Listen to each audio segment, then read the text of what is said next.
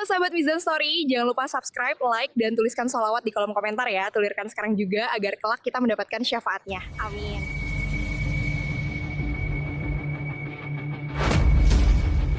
Assalamualaikum warahmatullahi wabarakatuh. Selamat datang di channel Mizan Story yang memberikan kisah nyata dan menarik untuk dibahas.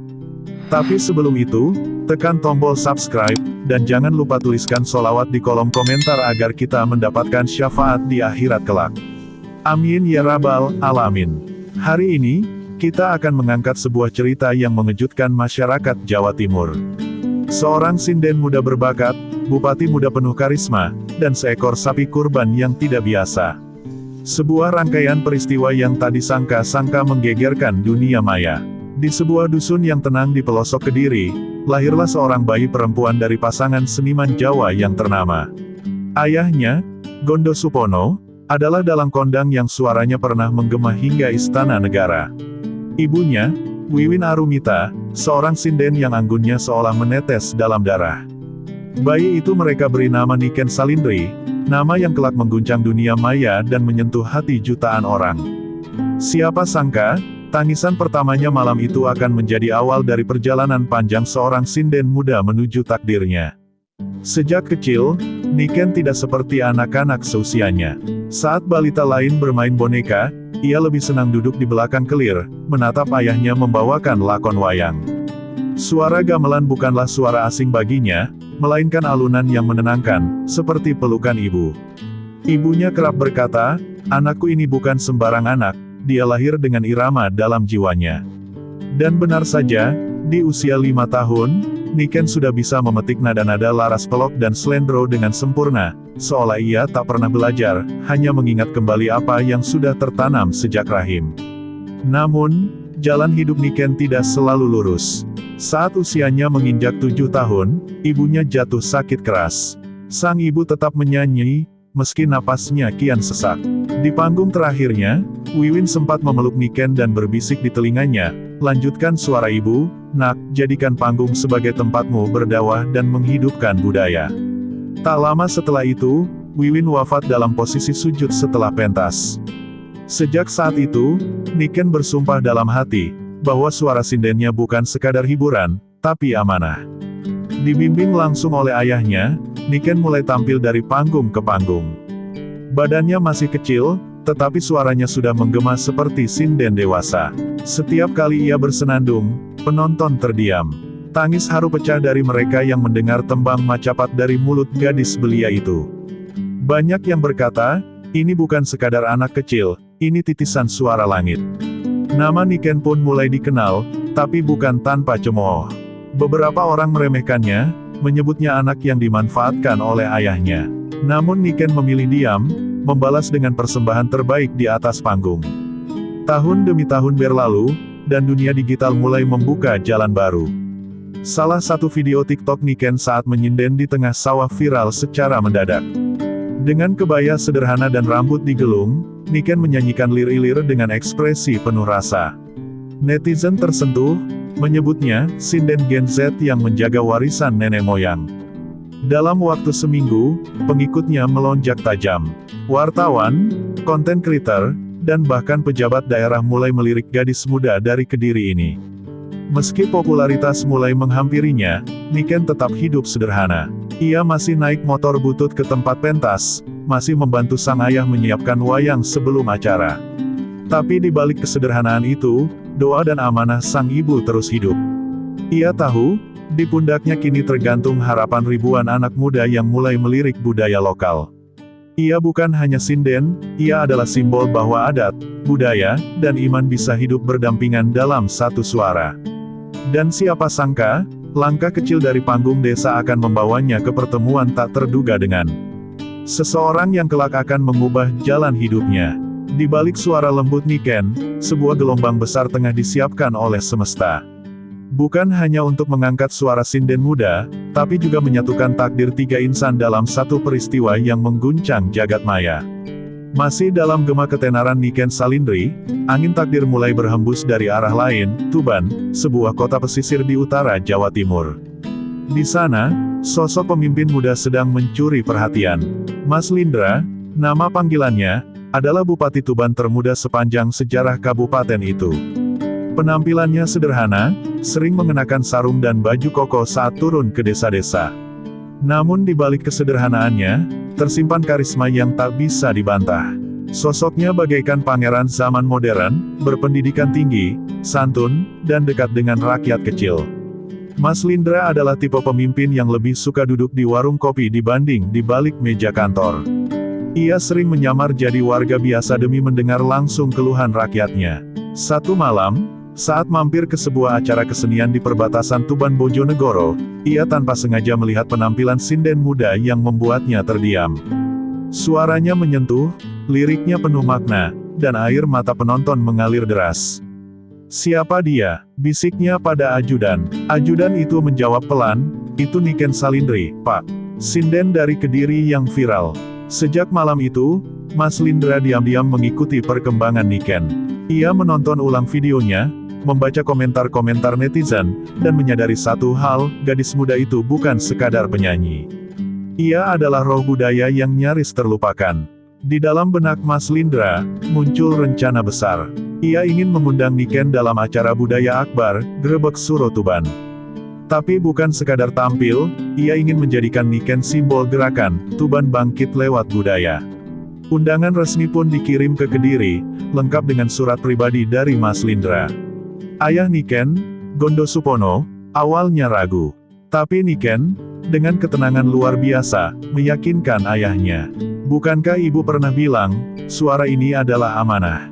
Jika memang beliau pemimpin yang mencintai budaya, izinkan saya pergi." "Yah," ucapnya. Hari itu, Gondo Supono menatap langit, seolah berbicara dengan almarhum istrinya, dan akhirnya mengangguk pelan. Saat hari H tiba, Tuban penuh sesak oleh masyarakat dari berbagai daerah. Niken datang mengenakan kebaya putih dan kain batik khas Kediri. Saat ia naik ke panggung, Mas Lindra sendiri yang menyambutnya, membungkuk hormat seperti menyambut tamu agung. Momen itu terekam jelas oleh kamera-kamera netizen. Dan hanya dalam hitungan jam, tagar-tagar Niken Salindri dan tagar Bupati Tuban trending di media sosial. Penampilan Niken malam itu bukan sekadar pertunjukan.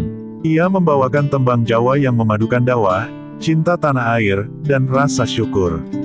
Di antara penonton, banyak yang menangis. Bahkan Mas Lindra tampak beberapa kali menyeka air mata. Seusai acara, dalam sesi makan malam tertutup, Niken dan Mas Lindra berbincang panjang. Pembicaraan mereka bukan soal dunia hiburan, tapi tentang pendidikan anak desa, pelestarian budaya, dan mimpi membangun generasi muda yang paham akar. Dari pertemuan itu, benih saling kagum pun mulai tumbuh.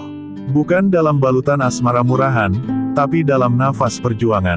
Masyarakat mulai membicarakan mereka, cocok, satu mencintai budaya, satu menjaga tanah Jawa.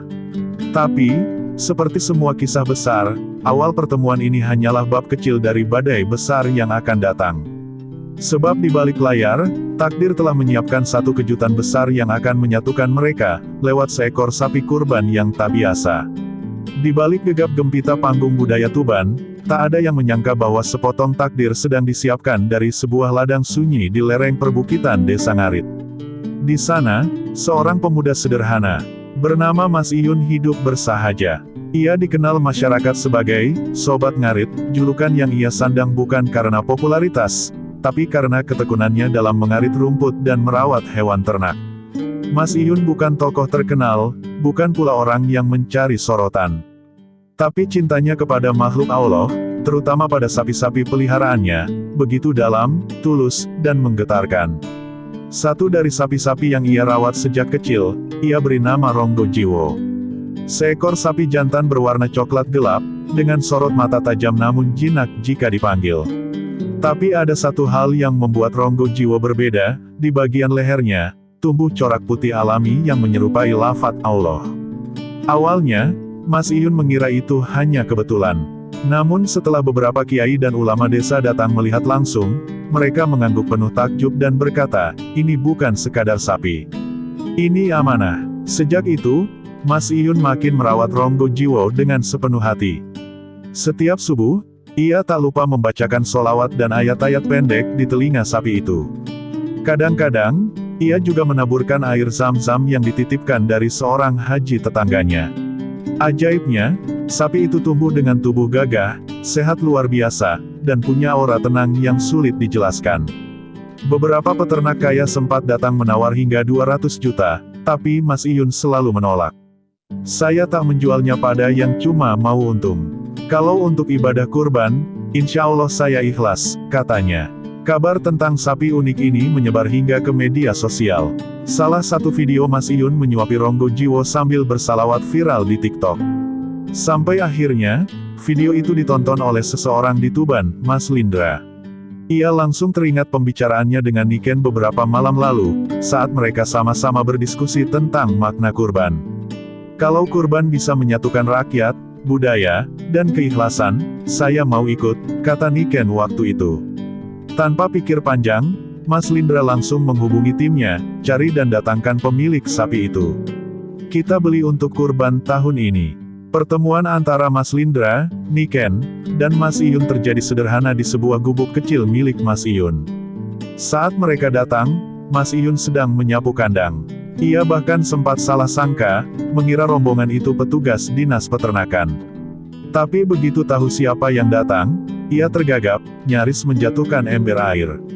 Namun Mas Lindra tersenyum dan langsung mencium tangan Mas Iyun, sebuah gestur hormat yang membuat si pemuda ngarit berlinang air mata. Kami ingin membeli sapi ini, bukan untuk gaya-gayaan, tapi sebagai simbol kurban yang sesungguhnya, ketulusan. Dengan suara bergetar, Mas Iyun akhirnya melepas Ronggo Jiwo. Tapi ia tidak meminta harga, ia justru menolak saat ditawari 120 juta. Kalau boleh saya bicara, uang itu saya ikhlaskan. Tapi jika Bapak Bupati dan Mbak Niken bersedia, bantu bangun musola kecil di ujung kampung kami, pintanya. Permintaan itu disanggupi seketika, dan sejak hari itu, sapi kurban itu bukan lagi milik Mas Iyun, tapi milik seluruh rakyat, sebagai simbol cinta tanah, budaya, dan keimanan yang tak bisa dibeli dengan materi. Tak ada yang menyangka bahwa pertemuan sederhana di gubuk ngarit itu akan menjadi titik balik. Kamera-kamera yang merekam detik-detik haru penyerahan sapi itu meledak di jagat maya. Tagar baru muncul, tagar sapi solawat, tagar kurban barokah, dan tagar Niken Mas Lindra mendominasi lini masa. Tapi di balik viralnya kejadian ini, diam-diam, Allah sedang menyiapkan panggung lebih besar. Sebab pada hari raya Idul Adha nanti, kisah ini akan mencapai puncaknya, dengan haru, tangis, dan sebuah kejutan yang mengguncang hati seluruh negeri. Hari yang dinanti pun tiba. Fajar menyingsing perlahan di langit Tuban, membawa hawa sejuk dan bisik takbir dari seluruh penjuru desa. Hari Raya Idul Adha tahun ini terasa berbeda.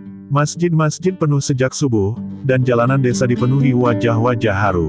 Tapi pusat perhatian tertuju pada satu tempat, lapangan alun-alun Tuban, di mana kurban akbar akan dilaksanakan.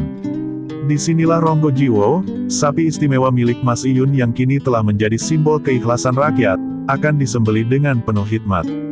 Mas Lindra berdiri di depan ribuan warga, mengenakan sarung, peci, dan baju koko putih bersih.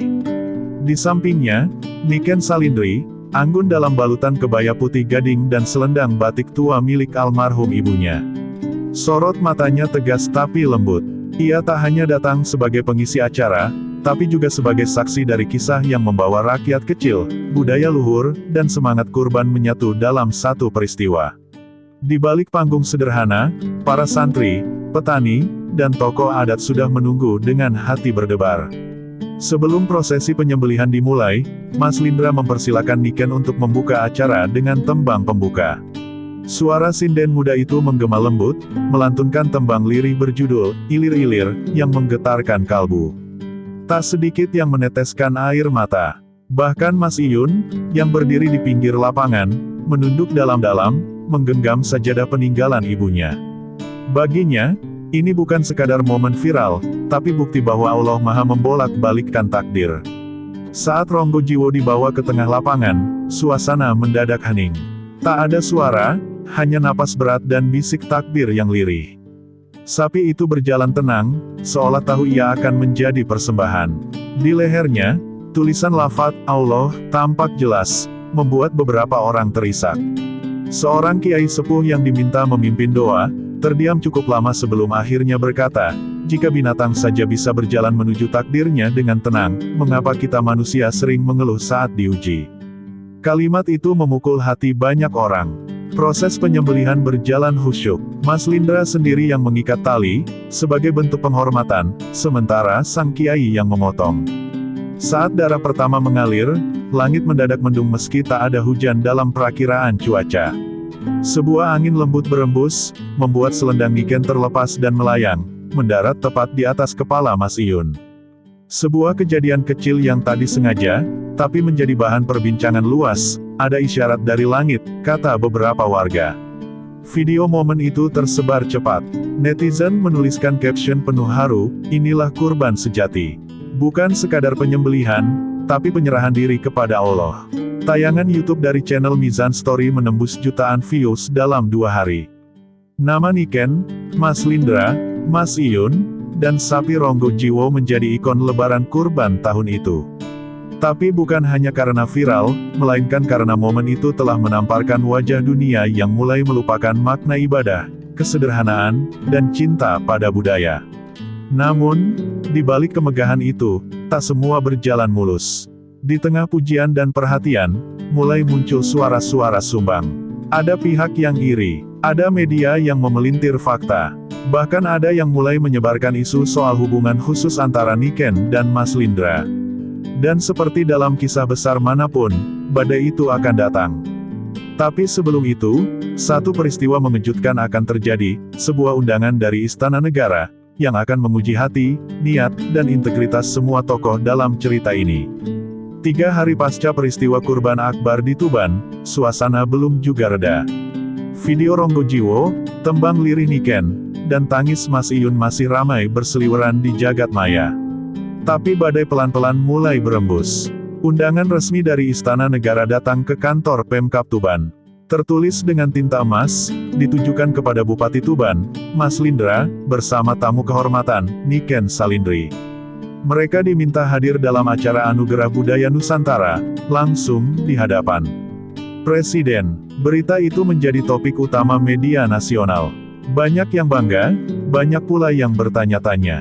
Tapi sayangnya, tak semua hati ikut bersyukur. Di balik layar, muncul suara-suara sumbang. Beberapa politisi lokal mulai menyindir hubungan antara Mas Lindra dan Niken. Ada yang menyebut bahwa ini semua hanya settingan pencitraan menjelang tahun politik.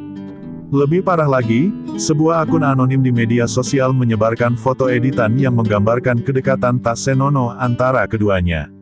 Fitnah itu menyebar cepat seperti api membakar ilalang kering.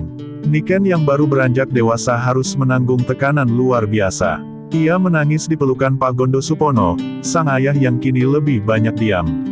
Nak, jangan biarkan suara sumbang itu menggoyahkan niat baikmu.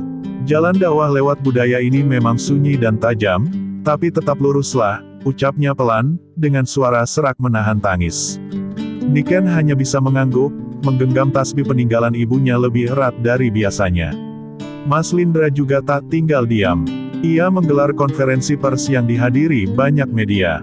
Dengan suara tegas, ia berkata, "Saya tidak akan mundur dari langkah ini.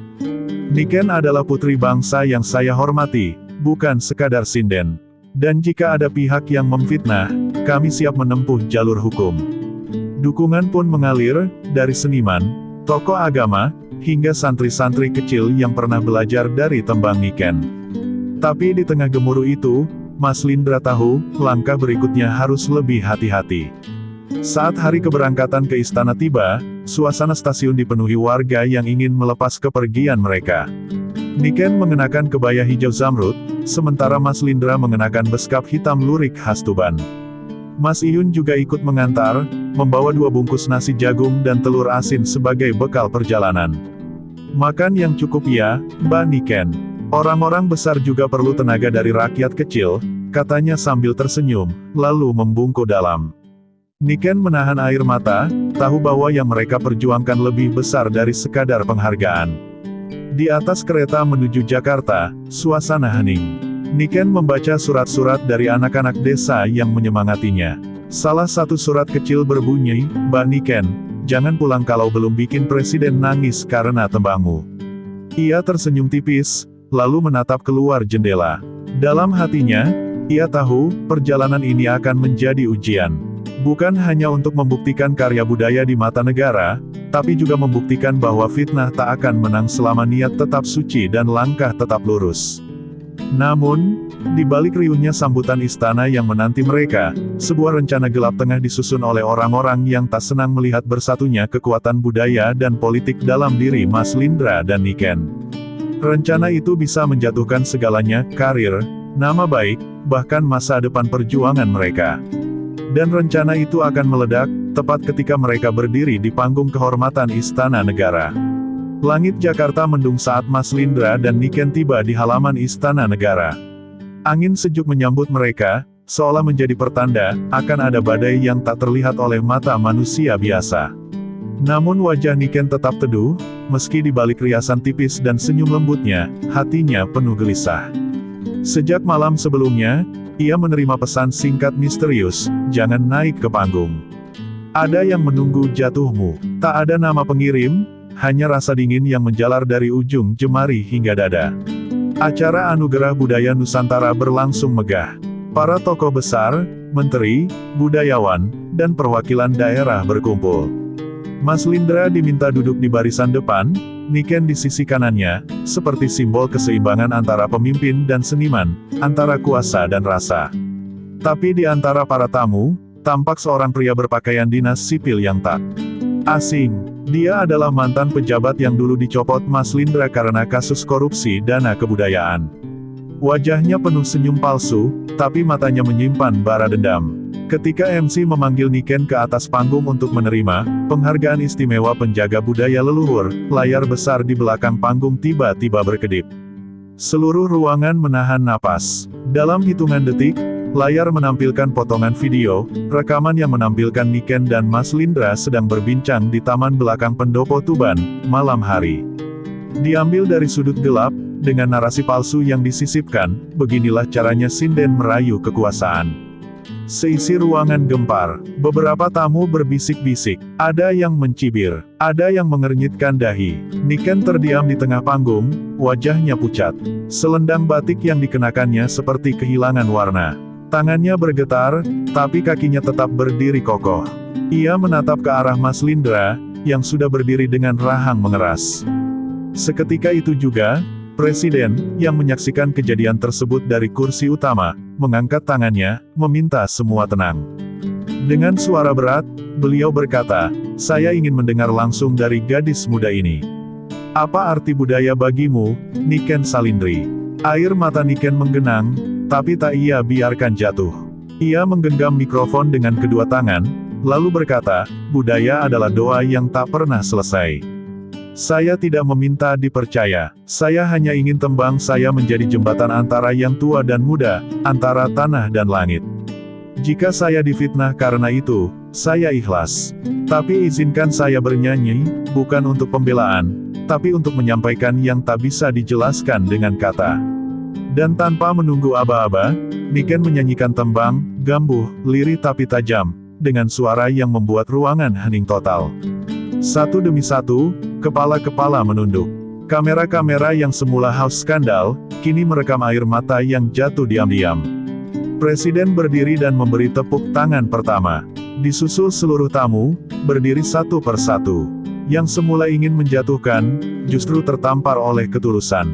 Di belakang panggung, pejabat lama itu terlihat meninggalkan ruangan, wajahnya kalah. Sementara Niken menunduk dalam-dalam, bukan karena malu, tapi karena ia tahu, fitnah tak bisa dilawan dengan marah, tapi dengan keikhlasan yang membungkam kegaduhan. Dan malam itu, bukan hanya penghargaan yang ia bawa pulang, tapi kemenangan diam dari seorang sinden muda, yang suaranya mampu menyingkap dusta dan menggetarkan jiwa para pemimpin negeri. Pulang dari istana, Niken dan Mas Lindra disambut seperti pahlawan budaya. Ribuan warga berjejer di pinggir jalan, membawa bendera kecil dan bunga. Di Pendopo Tuban, sholawat menggema, para kiai dan tokoh adat memberikan restu. Tapi di balik senyum itu, hati Niken masih bergetar. Ia belum bisa melupakan fitnah di istana, dan bisikan batin yang datang saat menyanyikan tembang, gambuh, seolah arwah sang ibu, Wiwin Arumita, hadir menyentuh jiwanya. Ada sesuatu yang belum selesai, sesuatu yang mengganjal, dan akan segera terungkap. 2 hari setelah tiba di Kediri, Niken bermimpi aneh. Ia melihat ibunya duduk di bawah pohon trembesi, mengenakan kebaya putih dan menenun benang emas. Suara gamelan mengalun lirih dari kejauhan. Ibunya menatapnya sambil berkata, "Sing waras kudu ngerti asale. Kebenaran kadang disembunyikan demi melindungi hati yang rapuh." Niken terbangun dengan peluh dingin. Ia langsung mencari ayahnya, Gondosupono, yang sedang membenahi gamelan tua di belakang rumah. Wajah ayahnya mendadak berubah saat Niken menyebut kata, asal-usul. Dengan napas berat, Gondosupono akhirnya membuka rahasia yang telah ia simpan selama hampir 2 dekade. "Niken, kamu memang anak Ibu Wiwin. Tapi bukan darahku." Dunia seakan runtuh di hadapan Niken. Suara gamelan di belakang rumah mendadak sunyi. "Ibumu dulu pernah diamanahi bayi oleh seorang perempuan dari kalangan bangsawan. Bayi itu, kamu. Ia tak bisa merawatmu karena alasan politik dan kehormatan keluarga. Aku dan ibumu menerimamu sebagai anugerah," lanjutnya, dengan suara bergetar. Niken terduduk, wajahnya pucat. Ia bukan anak dalang kondang Gondosupono. Lalu siapa? Dari keluarga mana? Ia memandangi selendang batik tua peninggalan ibunya, yang selama ini ia kenakan di setiap pentas besar. Gondosupono kemudian menunjukkan sebuah kotak kayu kecil yang selama ini tersembunyi di bawah gamelan. Di dalamnya, ada surat dan sehelai kain kerajaan berwarna merah marun dengan bordir lambang kecil, lambang Kadipaten Lamajang. "Dari sinilah kamu berasal," bisik sang ayah angkat. Berhari-hari Niken termenung. Ia mulai menyelami akar budayanya bukan hanya sebagai seniman, tapi sebagai pewaris darah bangsawan yang tak pernah ia kenal. Semua mulai masuk akal, kenapa suara tembangnya kerap dikatakan, bernapas keraton, mengapa wajahnya sering disebut, nampak darah biru, dan mengapa fitnah selalu mengikuti langkahnya. Tapi lebih dari semua itu, ia mulai sadar, perjuangannya selama ini bukan hanya tentang budaya, tapi juga mencari jati diri yang hakiki. Mas Lindra, yang mengetahui kabar ini dari Gondosupono, datang ke rumah Niken malam hari. Mereka duduk di balai bambu, diiringi suara jangkrik dan aroma tanah basah. "Niken," ucap Mas Lindra lirih, "kamu tidak harus mengejar masa lalu. Kamu sudah menjadi apa yang bangsa ini butuh, penjaga akar, penjaga cahaya." Niken menunduk, air matanya mengalir diam-diam. Tapi malam itu juga, ia memutuskan, ia harus ke Lamajang. Bukan untuk mencari pengakuan, tapi untuk menyambung simpul sejarah yang terputus. Dan saat fajar menyingsing keesokan harinya, Niken berdiri menghadap timur, mengenakan selendang batik dan membawa surat lama di tangannya. Perjalanannya belum selesai, justru baru saja dimulai. Karena ketika seseorang menemukan jati dirinya, maka jalan hidupnya akan berubah dari sekadar kisah, menjadi takdir. Perjalanan Niken ke Lamajang bukan sekadar perjalanan jasad, melainkan perjalanan batin yang menembus batas darah dan takdir. Dengan didampingi Mas Lindra dan Mas Iyun, ia tiba di pendopo tua yang konon milik keluarga bangsawan keturunan Tra Adiningrat. Udara di sana terasa lebih berat, seolah menyimpan sejarah yang enggan dibuka. Namun begitu kakinya menginjak lantai batu pendopo, Niken merasakan sesuatu mengalir dari tanah ke dadanya, seperti getaran suara leluhur yang memanggilnya pulang. Seorang perempuan tua berambut putih keluar dari dalam. Namanya Nyai Ayu Retnoyuwati, penjaga silsilah keluarga Adiningrat. Ia memandang Niken dengan mata yang berkaca. "Kamu, darah dari yang disembunyikan. Putri dari Raden Ayu Kamajaya, adik bungsu Gusti Pangeran yang dulu diasingkan karena memilih cinta pada rakyat biasa." Air mata mengalir pelan di pipi Niken. Ia tak pernah membayangkan bahwa hidupnya, yang selama ini sederhana dan bersahaja, ternyata berakar pada tragedi cinta dan pengkhianatan zaman. Retnoyuwati kemudian memperlihatkan kamar tua yang dibiarkan utuh selama 20 tahun. Di dinding tergantung lukisan perempuan berkebaya merah marun, wajahnya sangat mirip Niken. "Ibumu menitipkanmu agar kamu tumbuh tanpa beban darah bangsawan. Ia ingin kamu besar lewat suara, bukan gelar," kata Retnoyuwati pelan. Niken memegang lukisan itu, lalu berlutut, bersujud di lantai tanah yang dingin. Tangisnya pecah, bukan karena sedih, tapi karena akhirnya ia mengerti, mengapa hidupnya selalu diarahkan ke jalan tembang dan ketulusan. Malam itu, Sebuah permintaan datang dari para sesepuh, agar Niken menyanyikan satu tembang terakhir, sebagai tanda diterimanya ia kembali dalam Garistra Adiningrat. Niken menyanggupi, tapi, ia meminta sesuatu yang berbeda, ia ingin menyanyikan tembang itu di alun-alun Lamajang, terbuka untuk rakyat, tidak hanya untuk kerabat kadipaten. Karena darah yang baik, harus kembali menyatu dengan tanah dan rakyatnya, katanya tegas. Para sesepuh terdiam, lalu mengangguk dengan penuh rasa haru. Dan malam itu, alun-alun Lamajang penuh sesak. Rakyat dari berbagai penjuru datang membawa lampu minyak dan dupa. Niken berdiri di tengah, mengenakan selendang batik warisan Wiwin Arumita, dipadukan dengan kain marun khas keluarga Adiningrat. Mas Lindra berdiri di sisi kanan, Mas Iyun di kiri. Lalu gamelan mulai berbunyi. Niken menyanyikan tembang, Durma Laras Pungkasan, tembang yang menggambarkan akhir dari perjalanan batin dan awal dari pengabdian sejati.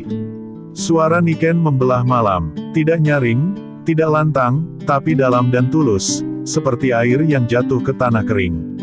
Wajah-wajah yang mendengarnya berubah. Banyak yang menangis tanpa tahu mengapa. Bahkan langit Lamajang seakan ikut menangis, gerimis turun perlahan seiring bait terakhir tembang.